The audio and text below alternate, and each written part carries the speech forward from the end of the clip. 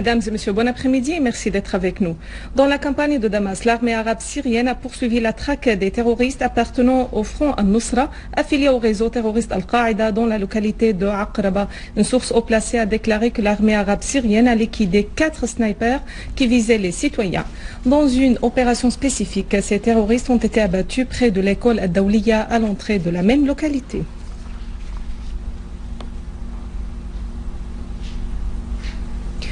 À Alep, une unité de l'armée arabe syrienne a libéré aujourd'hui dans une opération spécifique l'hôpital d'Al-Kindi par des mains des terroristes.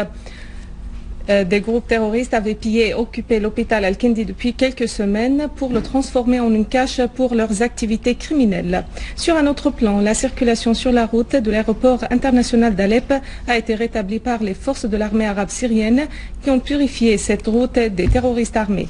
Pendant ce temps, une marche populaire a été organisée dans le quartier d'Al-Ma'adi à Alep, réclamant que les groupes terroristes armés soient pourchassés de cette région. À Deir Zor, plusieurs accrochages ont eu lieu entre des unités de l'armée arabe syrienne et des groupes terroristes armés. Dans les quartiers d'Al-Jbeili, Al-Arafi et Sheikh Yassine, l'armée arabe syrienne a liquidé un nombre de terroristes. Une unité de nos forces armées a également neutralisé des terroristes qui tentaient de s'infiltrer dans la rue Fouad. Dans la zone rurale entourant Deir Zor, une unité de l'armée arabe syrienne a repoussé un groupe terroriste appartenant à Al-Qaïda.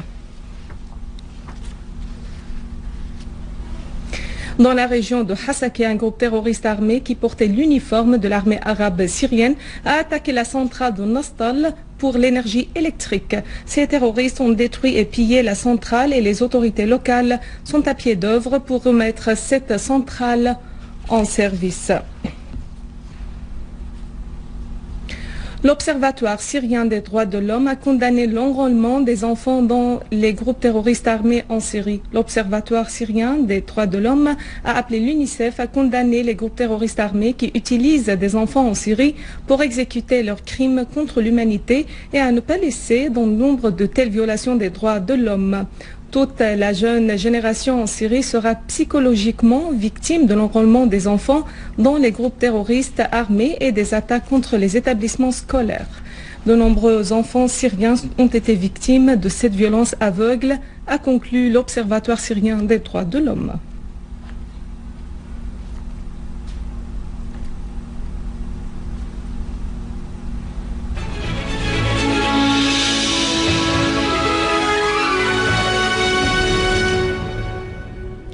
Le délégué permanent de la Russie auprès de l'ONU, Vitaly Churkin, a affirmé des données prouvant que les systèmes antimissiles passés illégalement depuis la Libye étaient utilisés par les groupes terroristes en Syrie.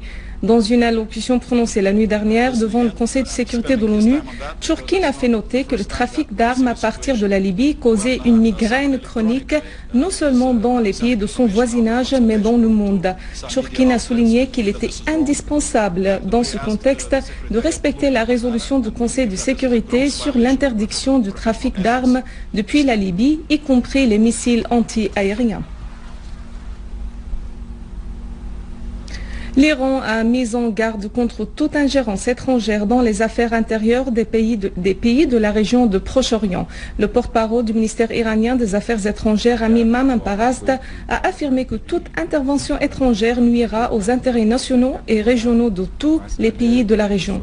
Il a précisé qu'il faut traiter des questions relevant de Proche-Orient avec prudence, étant donné les efforts des Occidentaux d'intervenir dans la région en faveur de l'entité sioniste. Nous devons, a-t-il ajouté, s'opposer à cette intervention et mettre fin à toute ingérence qui menace la paix et la sécurité du Proche-Orient.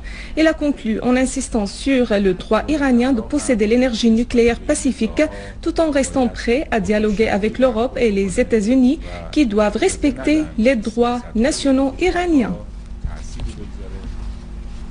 D'autre part, le conseiller du guide suprême de la révolution islamique iranienne pour les affaires internationales, Ali Akbar Wilayati, a affirmé que les Occidentaux et les rétrogrades dans la région avaient cherché à trouver un certain mouvement falsifié en Syrie sous couvert du réveil islamique.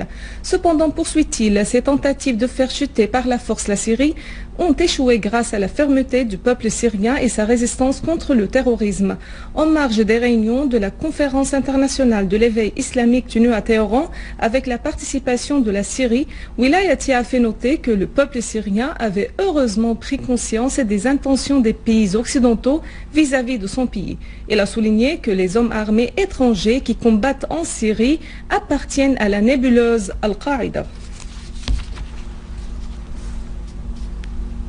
Le ministre de l'Information, M. Amran Zorbi, a affirmé que les victoires des groupes terroristes armés présumés par certains médias sont illusoires et n'ont aucune existence sur le terrain. Dans une interview accordée hier à la chaîne Al-Manar, Zorbi a évoqué des confrontations dans des zones précises dans la banlieue de Damas. Mais la vie est normale dans la ville de Damas, ajoutant que les organismes terroristes s'acharnent pour réaliser un acquis en raison du soutien qui leur est accordé. Les groupes armés sont takfiristes et extrémistes, a-t-il indiqué, soulignant que ceci est désormais clair pour tout le monde à l'intérieur et à l'extérieur de la Syrie.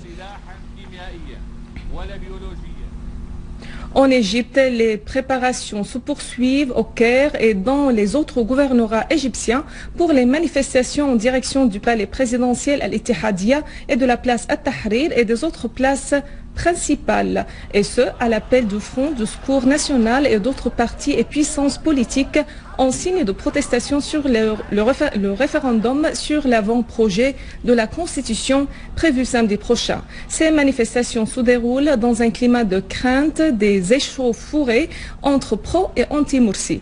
Des fusillades ont éclaté ce matin sur la place At-Tahrir et des affrontements aux armes blanches et au gaz lacrymogène ont opposé les partisans et les protestataires, faisant un mort et 9 blessés. Dans notre dossier local, le Conseil du peuple a organisé en coopération avec le Fonds de l'ONU pour la population un atelier de travail au sujet de la population et du développement. Les participants à l'atelier ont discuté des critères d'analyse et de statistiques qui servent une stratégie d'action précise. Ils ont également échangé des points de vue sur le rôle des différentes interventions de l'administration au service de la société. Cet atelier s'insère dans le cadre du développement des cadres nationaux pour traiter des problèmes sanitaires et sociaux de la population sur la base du programme national de l'an 2012.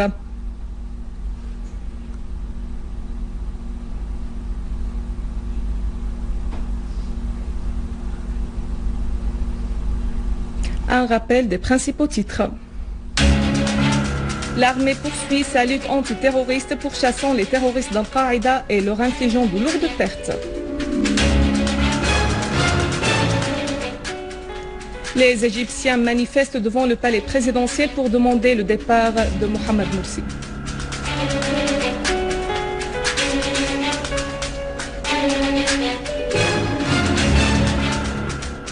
L'Iran met en garde contre toute intervention étrangère dans les affaires intérieures des pays de la région.